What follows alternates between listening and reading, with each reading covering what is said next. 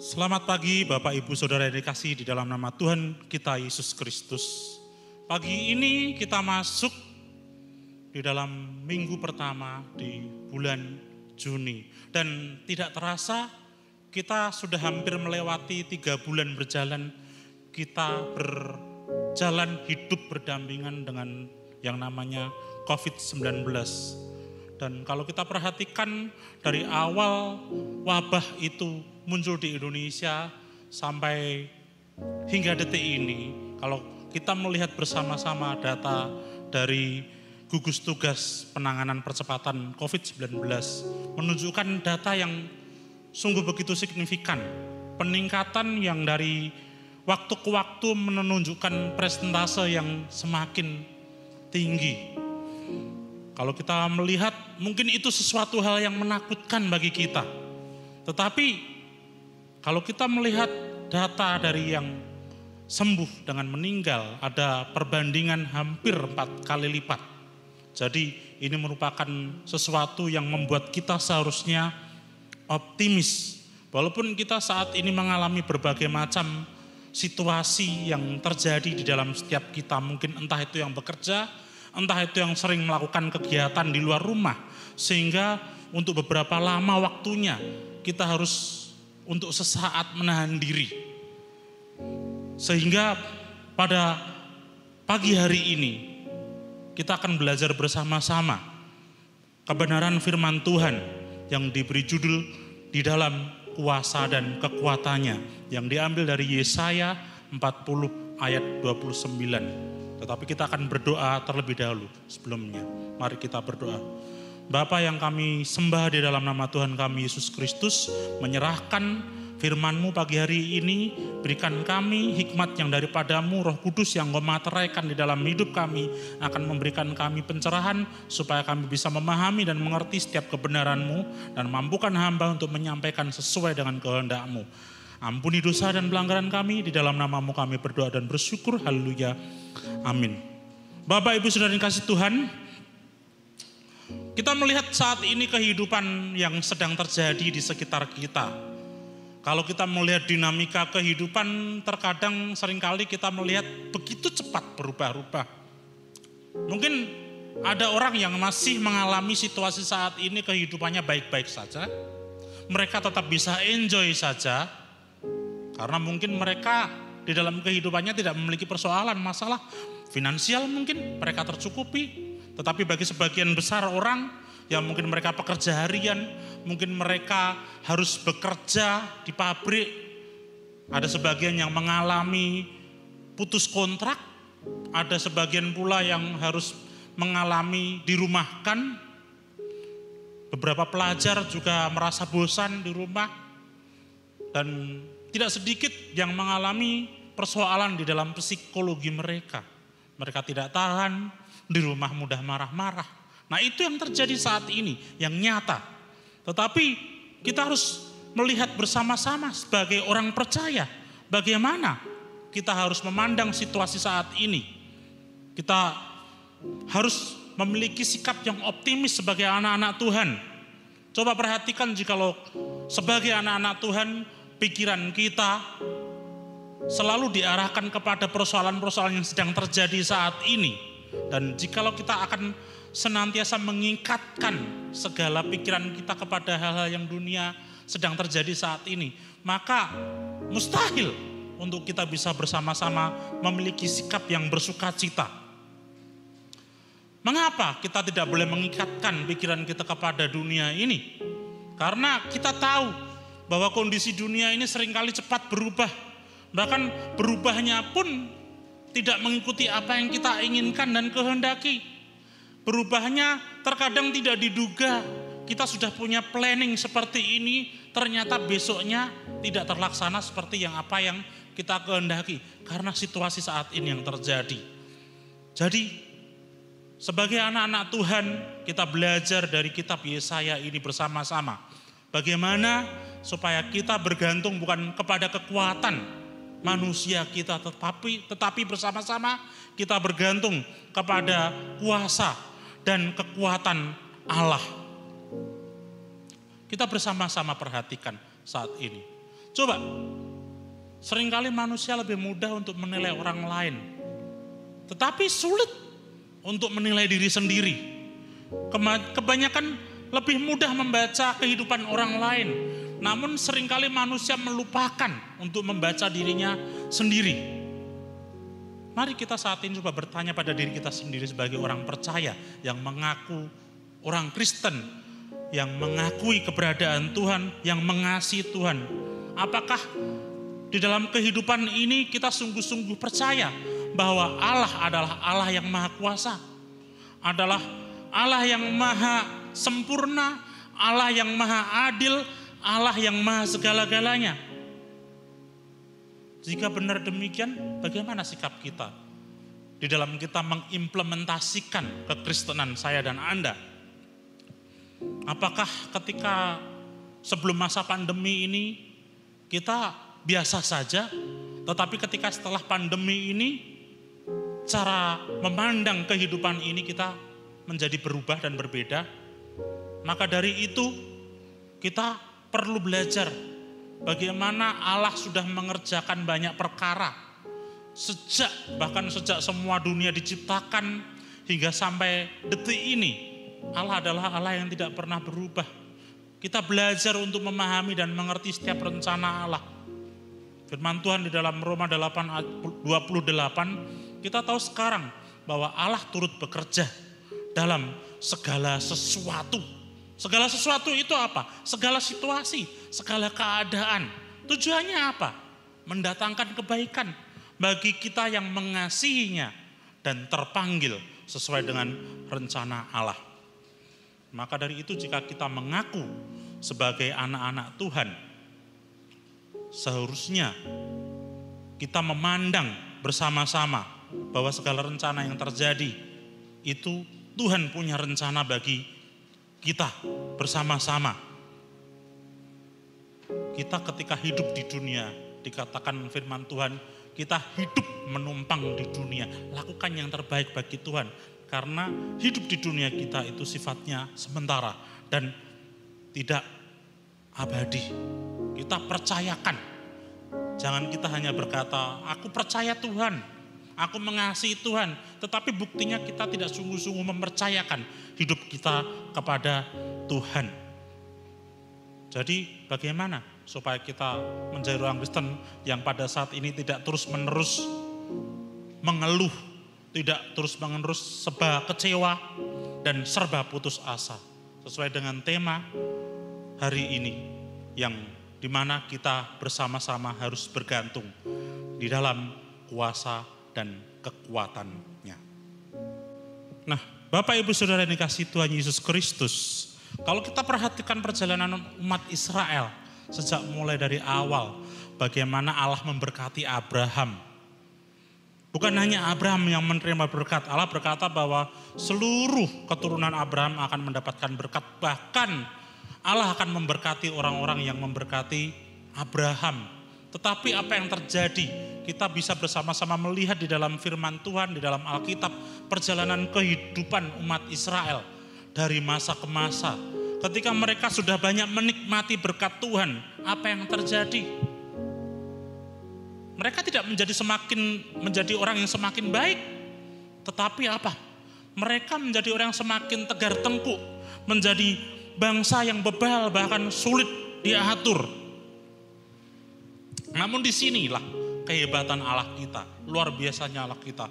Walaupun seburuk apapun umatnya, Allah adalah Allah yang tidak pernah berubah janji kasih setianya.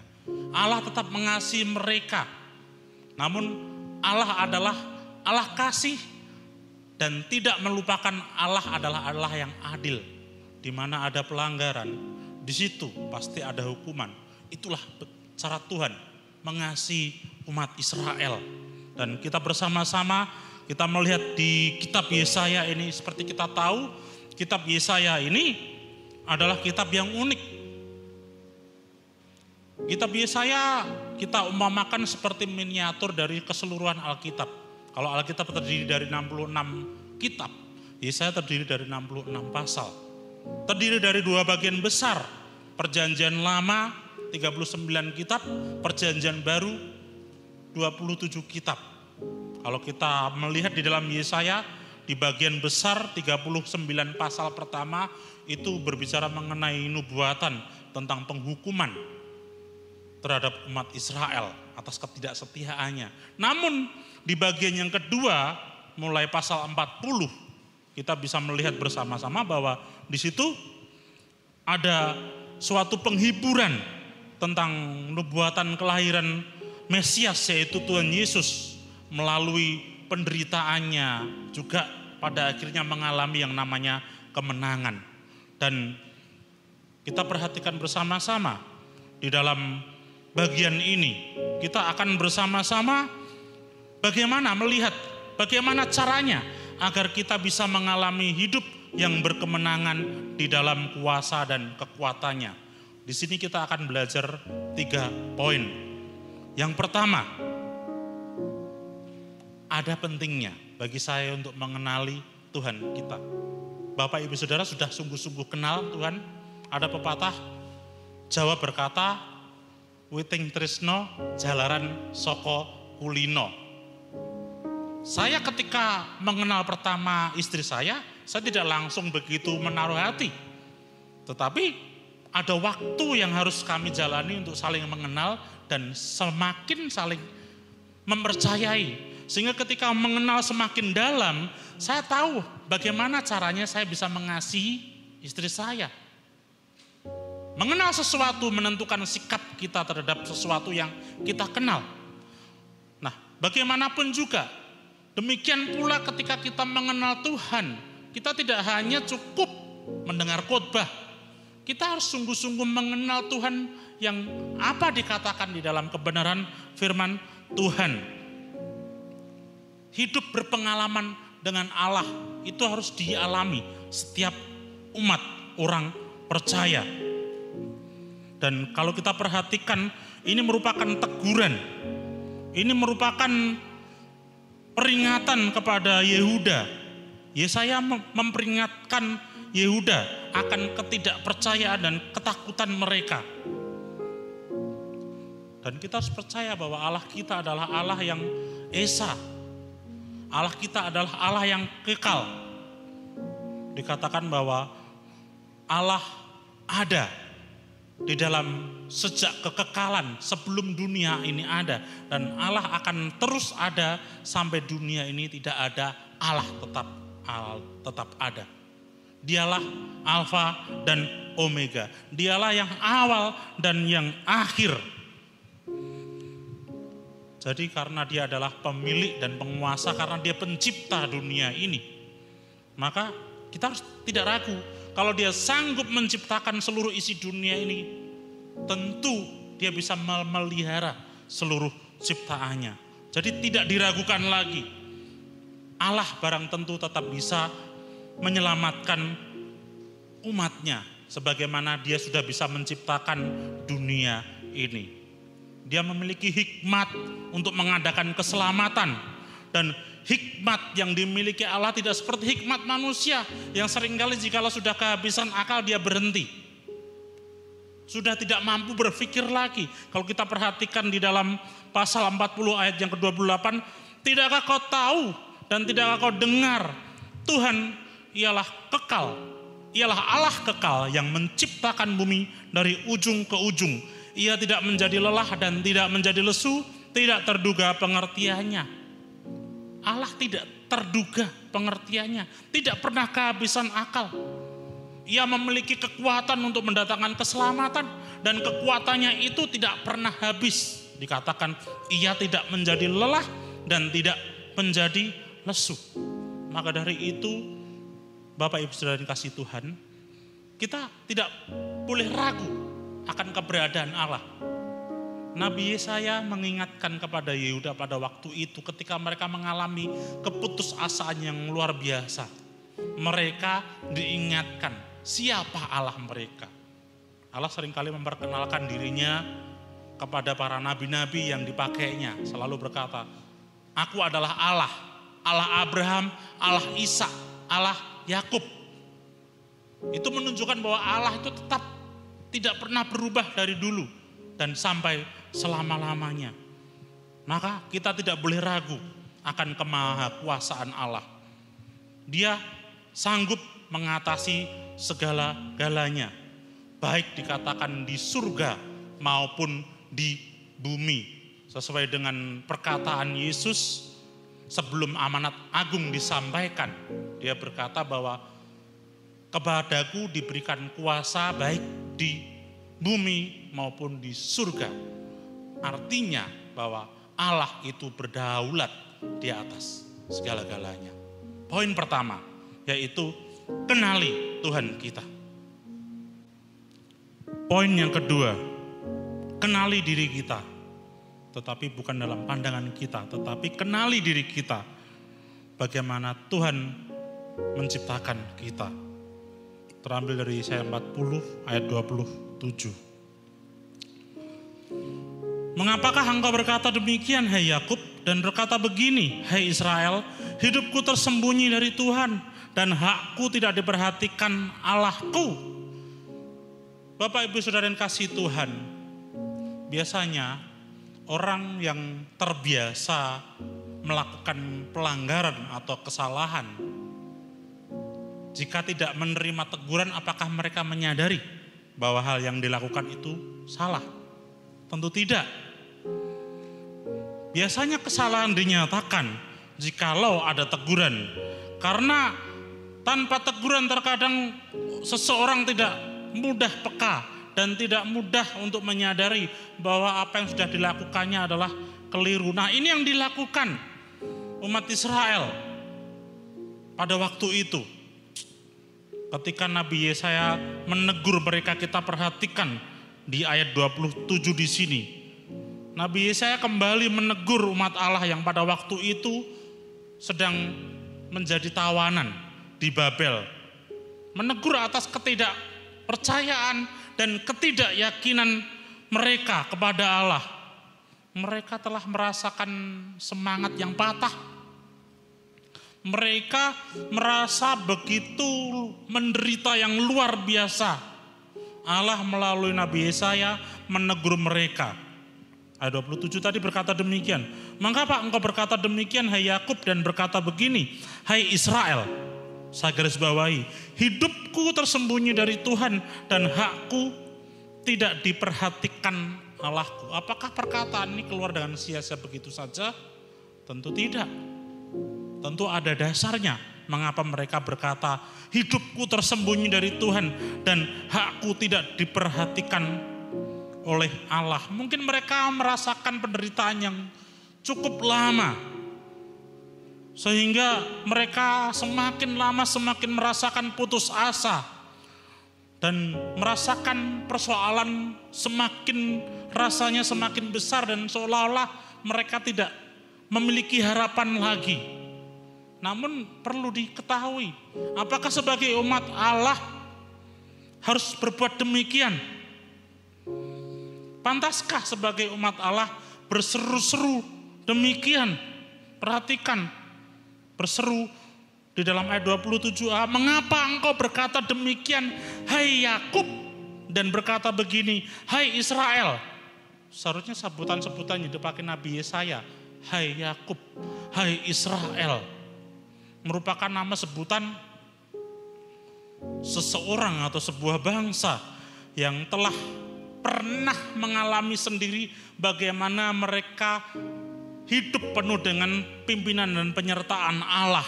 Ketika mereka mengalami kesesakan, ketika mereka mengalami tantangan, ketika mereka mengalami hambatan, ketika mereka di dalam perjalanan menuju tanah perjanjian. Dan perlu diingat, dikatakan hai Yakub, hai Israel adalah umat yang bukan umat sembarangan, umat yang sudah terikat janji dengan Allah. Jadi rasa-rasanya lucu jika mereka adalah umat Allah jati dirinya, tetapi mereka tidak percaya kepada Allah. Nabi Yesaya menegur mereka, diawali dengan sebuah pertanyaan di ayat 27, dikatakan, mengapakah?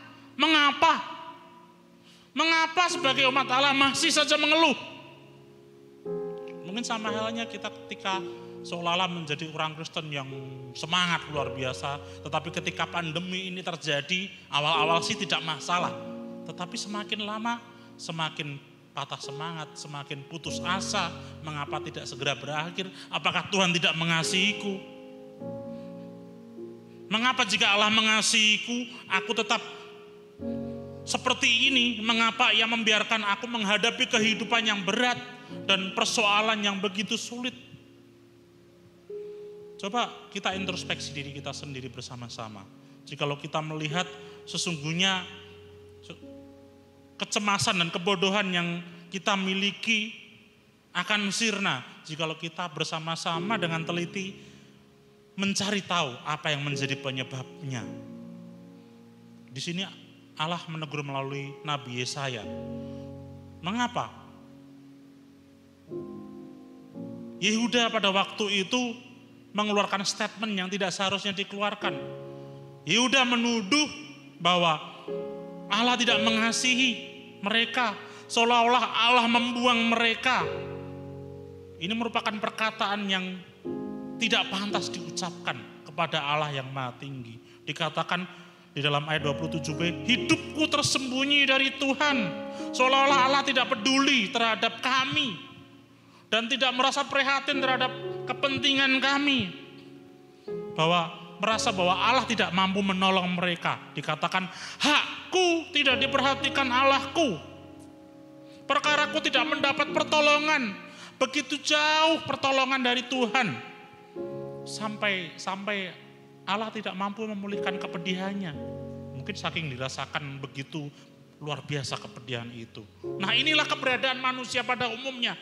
Terkadang fokus hidup yang keliru membuahkan sikap hidup yang keliru.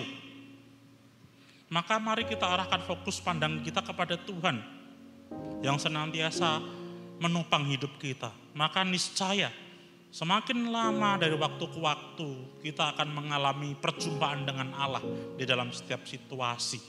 Dan kita semakin lama akan dimampukan memiliki cara pandang yang berbeda di dalam melihat keadaan sekeliling kita bersama-sama. Baik, kita memasuki bagian yang ketiga. Kalau bagian yang pertama tadi berbicara mengenai kenali Tuhan kita. Yang kedua, kenali diri kita di mata Tuhan. Dan yang terakhir, akan memunculkan suatu sikap yang benar sebagai orang percaya, yaitu mempercayakan diri kepada Allah. Setelah kita mengenali siapa Tuhan kita dan kita mengenali diri kita yang seharusnya seperti di mata Tuhan, lalu bagaimana kehidupan yang seharusnya kita bangun? Yaitu mempercayakan hidup sesuai dengan tema, mempercayakan hidup dalam kuasa dan kekuatannya. Apa artinya? Kalau dikatakan ayat 29, dia memberi kekuatan kepada yang lelah dan menambah semangat kepada yang tiada berdaya. Ia dapat menolong yang lemah. Dalam kisah Alkitab kita sudah tahu begitu banyak cerita bagaimana Allah memberikan kekuatan kepada para umat, bahkan para nabi-nabi yang diutusnya. Kita tahu ketika mereka merasa semakin tidak berdaya, tetapi Tuhan bertanggung jawab untuk memelihara dan memberi semangat kepada mereka. Sebagai contoh seperti Elia, ketika dia merasa lelah sekali, capek sekali, melalui malaikat Allah menyediakan makanan, bahkan Allah sendiri mengingatkan, apa yang sedang kau lakukan? Aku akan bekerja segiat-giatnya bagi Tuhan. Jadi Allah sungguh-sungguh bertanggung jawab. Dan bukan itu saja, ia juga menambah, memberikan semangat bagi mereka yang tidak berdaya.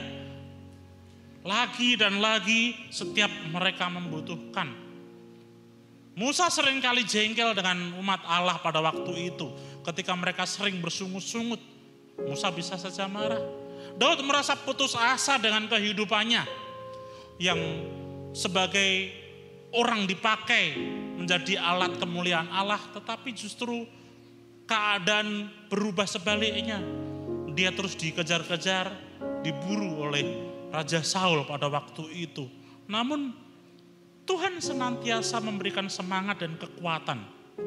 Dan banyak yang secara ajaib mereka merasakan pemulihan, dikuatkan oleh tindakan dan pemeliharaan Allah.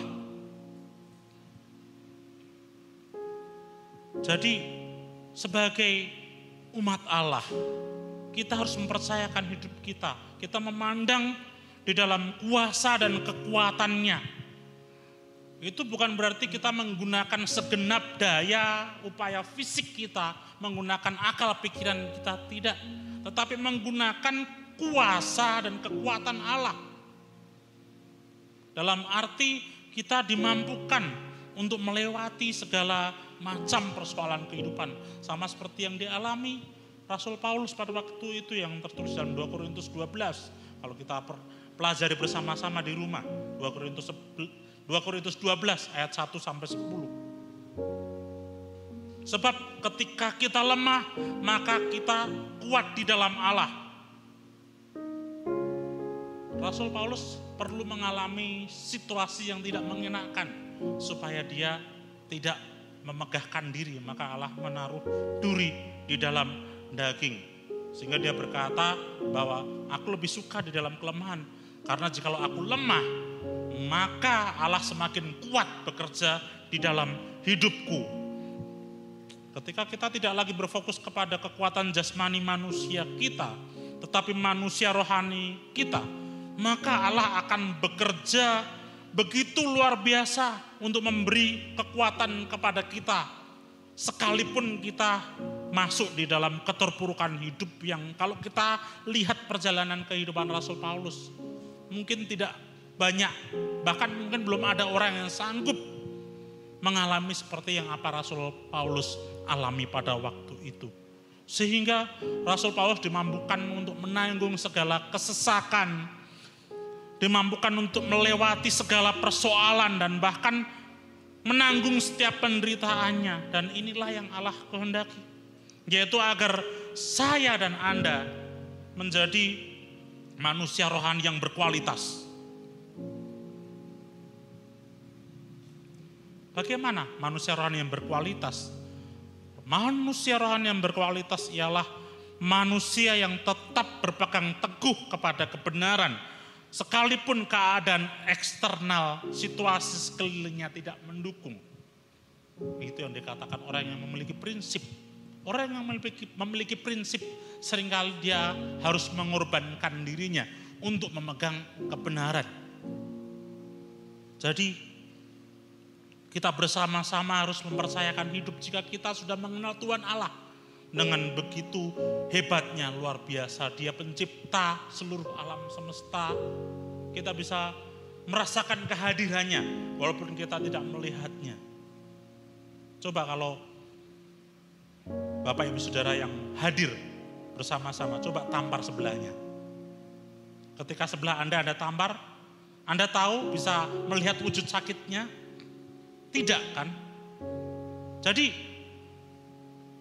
mari kita bersama-sama, kita mempercayakan hidup kita kepada kuasa dan kekuatannya. Tidak bergantung terhadap kekuatan manusia. Sama seperti Tuhan Yesus yang bagaimana Dia taat kepada Bapa, bahkan menderita demi menanggung dosa. Dia tidak melawan semuanya itu, tetapi Yesus Kristus mau melewati segala macam keadaan dan kondisi, bahkan sampai Dia mati. Demi kepentingan siapa? Saya dan Anda. Jadi mari kita bersama-sama belajar dari Yesaya ini. Bagaimana kita harus diingatkan kembali di dalam situasi pandemi ini. Kita tidak menjadi orang yang cepat dan mudah putus asa. Mungkin pernah kecewa, tetapi kita tidak terus-menerus larut di dalamnya. Kita ada semangat untuk bangkit bahwa Tuhan itu memiliki rencana yang lebih besar daripada apa yang sedang terjadi saat ini. Karena apa yang kita alami saat ini tidak akan berlangsung selama-lamanya, saya percaya. Jadi Bapak Ibu Saudara yang dikasihi Tuhan, kita kembali diingatkan melalui Nabi Yesaya di dalam ayat ini.